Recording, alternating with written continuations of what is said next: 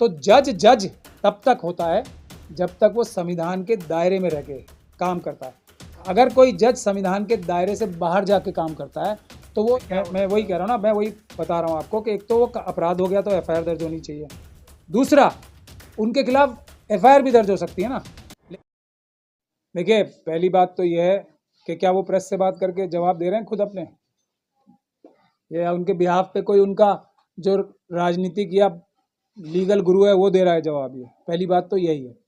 दूसरी बात, आपने बिल्कुल, मैंने यही बात कही कि जो सारे इंग्रेडिएंट्स होते हैं ना किसी भी आतंकवादी संगठन के, वो विश्व हिंदू परिषद, आरएसएस, बजरंग दल, मेती लेपुन और आराम भाई तेंगुल पूरे करते हैं। और इनके बहुत सारे हिंदू सेने और साध्वी प्रज्ञान सिंह ठाकुर का जो संगठन था अभिनव भारत नाम का, वो सभी आतंकवादी संगठन के जो इंग्रेडिएंट्स और रिक्वायरमेंट्स होते हैं वो पूरी तरीके से 100% पूरे करते हैं। लेकिन विभिन्न सरकारों ने इनको डिक्लेयर नहीं किया। सरदार वल्लभ भाई पटेल में वो क्योंकि बहादुर आदमी थे, उन्होंने इनको फौरन बैन किया था, लेकिन उनको भी इन्होंने धोखा देके, क्या धोखा देके, ये अंडरटेकिंग देके, जैसे आज चुनाव आयोग जो सुप्रीम कोर्ट में झूठे एफिडेविट फाइल करता है, वैसा एक झूठा पत्र देके, अंडरटेकिंग देके सरदार वल्लभ भाई पटेल को कि हम आज के बाद से कभी राजनीति में टांग नहीं अड़ाएंगे, तब उनको भी धोखा देके इन्होंने अपना बैन हटवाया था।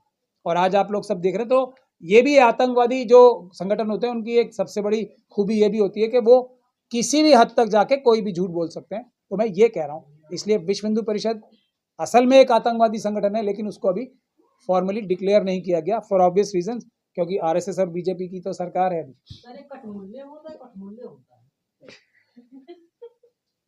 अब ये तो उन्हीं से पूछिए जो नजर आने में बहुजन समाज के हैं, और उनको अभी मैं इनके सवाल का पूरा जवाब दे भी नहीं पाया था, आपके भी दूंगा।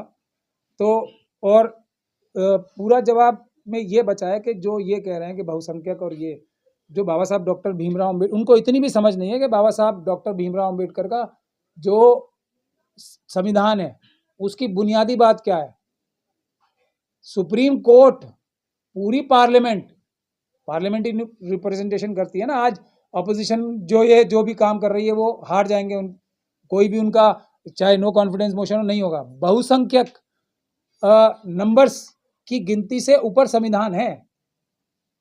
अगर कोई भी चीज कोई भी काम, कोई भी बिल अगर संविधान की मूलभूत भावना के खिलाफ होगा तो वो गैर कानूनी होता है, संविधान के विरोधी होने की वजह से। और सुप्रीम कोर्ट का सबसे बड़ा महत्वपूर्ण कार्य ही यही है, जिसके लिए बाबा साहब ने सुप्रीम कोर्ट नाम की संस्था को इतनी ताकत दी है।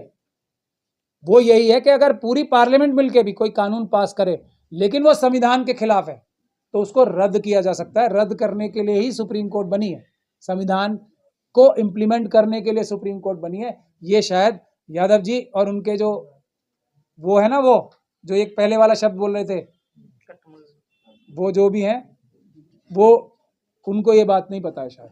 अब आपके इस बात का जवाब देता हूँ। ये तो देखिए, गंदे गलीज लोग क्या करते हैं कि संभ्रांत लोगों को इतनी गंदी गाली दो कि अगर वो उसका जवाब भी दें तो उनका पर्पस सॉल्व हो जाए, क्योंकि जो गाली ही इतनी गंदी होती है कि उसको अगर डिफेंस भी करने चाहोगे तो फिर भी कहीं ना कहीं आप अपना ही नुकसान करोगे। तो इन लोगों का एक ही जवाब है, वो है जेल, कानूनी कार्रवाई और जेल।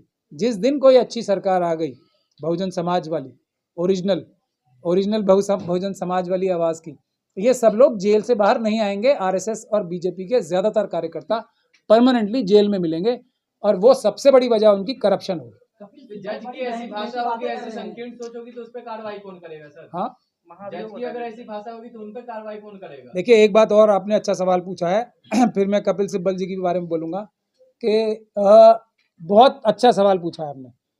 संविधान के तहत रह के, जैसे चंद्रचूड़ साहब का एग्जाम्पल दे देता हूँ, उन्होंने एक बात संविधान की रूह से बाहर जाके बताई, क्या कि मैंने ये जजमेंट खुद नहीं लिखी थी, जजेस ने नहीं लिखी थी, किसी और ने बताया। हमने तुरंत उनके खिलाफ केस कर दिया। तो जज जज तब तक होता है जब तक वो संविधान के दायरे में रह के काम करता है। अगर कोई जज संविधान के दायरे से बाहर जाके काम करता है तो वो जज नहीं रहता उस काम के पर्पस के लिए, और वो एक आम अपराधी बन जाता है। जैसे कि यादव साहब अभी एक आम अपराधी की तरह उन्होंने एक काम किया है, कोई जज की तरह जाके वो स्पीच नहीं दी है, वो जज नहीं रहते। तो जैसे मैं एग्जांपल देके बताता हूँ, अगर कोई सुप्रीम कोर्ट के चीफ जस्टिस भी हैं, वहाँ पड़ोस में ही बैंक है, हाई वही सुप्रीम कोर्ट में ही बैंक है, प्रीमिसेस में ही बैंक है, जाके वो लूट लें बंदूक दिखा के, तो क्या उनके ऊपर मुकदमा नहीं चलेगा? या वो किसी की हत्या कर दें तो क्या मुकदमा नहीं चलेगा? तो इस तरीके से आपको समझना चाहिए, जज तब तक जज होते हैं या प्रधानमंत्री तब तक प्रधानमंत्री होते हैं जब तक वो कानून के दायरे में, संविधान के अंदर काम करते हैं। अब आप पूछिए कपिल सिब्बल जी। हाँ, लगातार महाभियोग की बात कर रहे हैं, तो सुप्रीम कोर्ट ने भी संज्ञान लिया है इस पे, क्या मैं वही कह रहा हूँ ना, मैं वही बता रहा हूँ आपको कि एक तो वो अपराध हो गया तो एफआईआर दर्ज होनी चाहिए, दूसरा उनके खिलाफ एफआईआर भी दर्ज हो सकती है ना, लेकिन महाअभियोग लाया जाएगा जैसे ये बता रहे हैं कपिल सिब्बल साहब। मैं उनको ज़्यादातर सीरियसली नहीं लेता हूँ, आजकल वो बिल्कुल एक्सपोज हो चुके हैं, बागी भी पूरी तरीके से एक्सपोज हो गए। हम लोगों ने, सब ने, जो लोग उनको नहीं भी पसंद करते थे ना मेरे जैसे, उन्होंने भी उन्हें वोट देके सुप्रीम कोर्ट का प्रेसिडेंट बनवाया था। क्यों? क्योंकि वो जो डीवाई चंद्रचूड़ साहब, हम लोगों को तो पहले ही नजर आ गया था ना क्या कर रहे हैं, तो उनको उन्होंने ये सबसे प्रॉमिस किया था कि मैं रोक लगाऊंगा, मेरे पे भरोसा करो। तो सबने उनको अपने आप वोट देके जिताया था, और इतना बड़ा धोखा उन्होंने दिया है ना इस देश की अधिवक्ता कम्युनिटी को और सुप्रीम कोर्ट के मेंबर्स को, मैं शायद आपको बता नहीं सकता।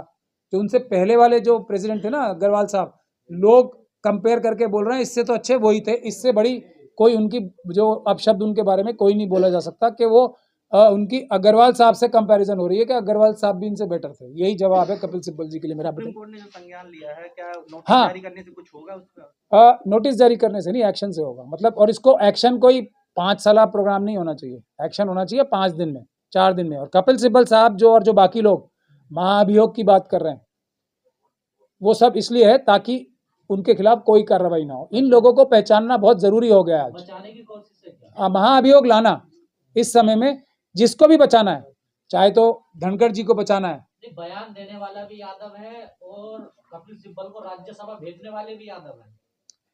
देखिए मैं क्या कह रहा हूँ, जब हमारे जैसे होशियार लोगों के साथ धोखा हो गया तो भेजने वाले के साथ धोखा होगा, तो वो तो धोखाधड़ी में इतने एक्सपर्ट नहीं है ना। कपिल सिब्बल इसलिए तो नहीं बचा रहे हो ना, यादवों ने भेजा ना उन्हें राज्यसभा।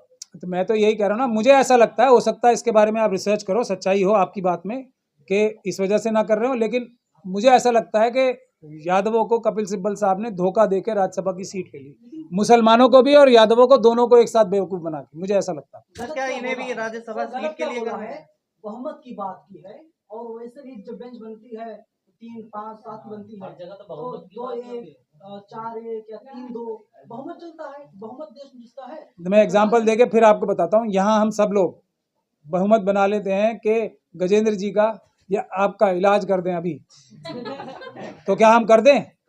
एफआईआर दर्ज होगी ना हमारे खिलाफ। क्यों? क्योंकि वो भारत के संविधान और कानून के खिलाफ है। तो यही बात है, मैं बता रहा हूँ, संविधान से बंधे में बहुमत कुछ नहीं होता। हमारी कॉन्स्टिट्यूशनल डेमोक्रेसी है। बहुमत कल को ये फैसला कर ले किसी एक क्षेत्र की मिलके कि हम सब बैंक लूटेंगे आपसे, तो वो उस सिटी में सारे बैंक लूटने की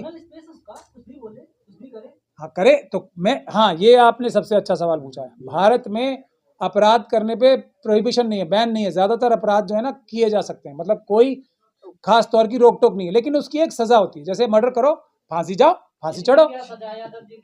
यादव जी की तो मैंने बता ही दिया ना, उम्र कैद की सजा होगी, क्योंकि ये आतंकवाद की घटना उन्होंने की है। ये सब बातें बोल के राज्यसभा का पद के लिए वो कर रहे हैं, मतलब उनको इसी की लालच है या कोई और? ये भी बहुत महत्वपूर्ण विषय है। बहुत सारे जजेस आज जो है ना, हम लोग ये सोच के कि हमने इनके खिलाफ जो है इनको जजशिप से हटा दिया, सुप्रीम कोर्ट ये करे सिर्फ कि इनको जजशिप से हटा दे या इनसे काम ले ले, वो इनकी सजा नहीं है। वो एक्चुअली इनको एक बेनिफिट पहुंचाना है। अगर इनके खिलाफ एफआईआर करके, मजबूत धाराओं में एफआईआर करके इनके खिलाफ मुकदमा चलाया ना जाए, तो इनकी मदद भी होगी। क्योंकि बहुत सारे लोग यही चाहते हैं कि हम इतनी कोई सनसनीखेज बात करके और हमारे को निकाल दिया जाए, और हम फिर एक भारतीय जनता पार्टी, आरएसएस के किसी संगठन में बड़े ओहदे पे आ जाएं, या कोई इंडस्ट्री लगा लें, या कोई एमपी एमएलए बन जाएं, या कोई करप्शन के कामों में दलाल बन जाएं। ऐसा ना फायदा हो जाए यादव साहब का। तो ये भी देखना है कि सजा दिलवानी बहुत जरूरी है ऐसे लोगों को। सिर्फ इनको निकाले जाने से फर्क नहीं पड़ रहा। और भ्रष्ट जजेस ऐसे होते हैं जिन्होंने हजारों हजारों करोड़ कमा रखे हैं, तो अब निजात पाके उसको कहीं दूसरी जगह, बड़ी जगह पे जाना, भी है ना, क्योंकि जज तो अब वो शायद मेरे ख्याल से 2 साल में रिटायर हो रहे हैं, 1.5 साल में। सर आपको नहीं लगता इस चीज में आपको भी झटका लगा, जो आप बहुजनों का नारा देते हैं, यादव जी तो बहुजन में ही आते हैं ना? नहीं, मुझे बिल्कुल झटका नहीं लगा, मेरी तो बात को और मजबूती मिली है। मनुवादी कौन? जो मनुवादी मानसिकता का हो। मैंने तो शुरू में ही बोला है, जो व्यक्ति बहुजन समाज में पैदा होकर ये काम करता है उसकी सजा डबल होनी चाहिए। जो मनुवादी समाजों में पैदा होकर लोग गलत काम करते हैं, बाबा साहब के संविधान के खिलाफ जाके काम करते हैं, हमारे जो लोग हैं ना, हमारे जैसे दिखने वाले, उनकी सजा डबल होनी चाहिए। तो ये तो उन्होंने साबित कर दिया, उनकी सजा डबल होनी चाहिए। हाई कोर्ट में प्रोग्राम नहीं होना चाहिए था। इन लोगों ने कब्र खोद करके संविधान को कोर्ट रूम में गाड़ दिया है। कोशिश कर रहे हैं, कोर्ट रूम से बाहर गए, अभी गाड़ नहीं पाए, क्योंकि ईमानदार जजेस भी मौजूद हैं।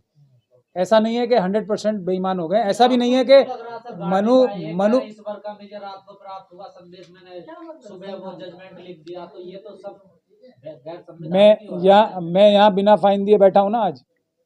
अगर गाड़ दिया होता तो मैं भी अभी तक कई बार जेल में होता। मेरे ऑफिस में रेड हुई थी, उस दिन मैं जेल में होता, और अभी तक आप सब मेरी वही कर रहे थे कि कब आएंगे प्रचा साहब बाहर। तो अभी बाकी है ना, ईमानदार जजेस भी हैं और उनको ज़्यादा रिस्पेक्ट करनी चाहिए, क्योंकि इन मुश्किल हालात में भी वो ईमानदार है और उन्हीं की वजह से देश बचा हुआ है। वरना मोदी जी तो सब, और अडानी जी और ये सब मिलके मोदी जी हैं बेसिकली। तो ज़बरदस्ती बेचारे अडानी जो एक क्लर्क हैं मोदी जी के, उनका नाम बार बार लेते हैं हम लोग भी, सब भी, वो तो उनका हिसाब किताब रखने वाले मुंशी तो हैं सिर्फ एक मोदी जी का। तो अडानी, अंबानी, यूसुफ, लुलू जैसे लोगों का नाम लेना भी क्लर्क के तौर पे लेना चाहिए। बेसिकली जो दुनिया के सबसे बड़े इंडस्ट्रिस्ट हैं, हमारे सबसे बड़े धनाढ्य पुरुष हैं अमित शाह जी और मोदी जी की जोड़ी, तो उनका ही तो वो सब लूट लाट के अभी तक चल दिए होते। कहीं वो आइलैंड खरीद के एक बराबर में 2 आइलैंड खरीदते और अभी तक अपनी आराम की ज़िंदगी गुजार रहे होते, जो उनको शुरू से आदत है। मोदी जी के तो बहुत सारे चाय बेचने के साथ साथ वो विश्व भ्रमण भी करते थे और बढ़िया डिज़ाइनर कपड़े पहन के फ़ोटो भी खिंचवाते थे, तो लेकिन साथ में चाय और भीख मांगने का काम भी करते थे। तो उनके झूठों में नहीं जाना चाहिए। बुनियादी बात जो है वो हमेशा सच रहेगी। अच्छे लोग भी हैं, मनुवादी परिवारों में पैदा होने वाले लोग भी अच्छे हैं, लेकिन वो बहुत बहुत बहुत कम है संख्या।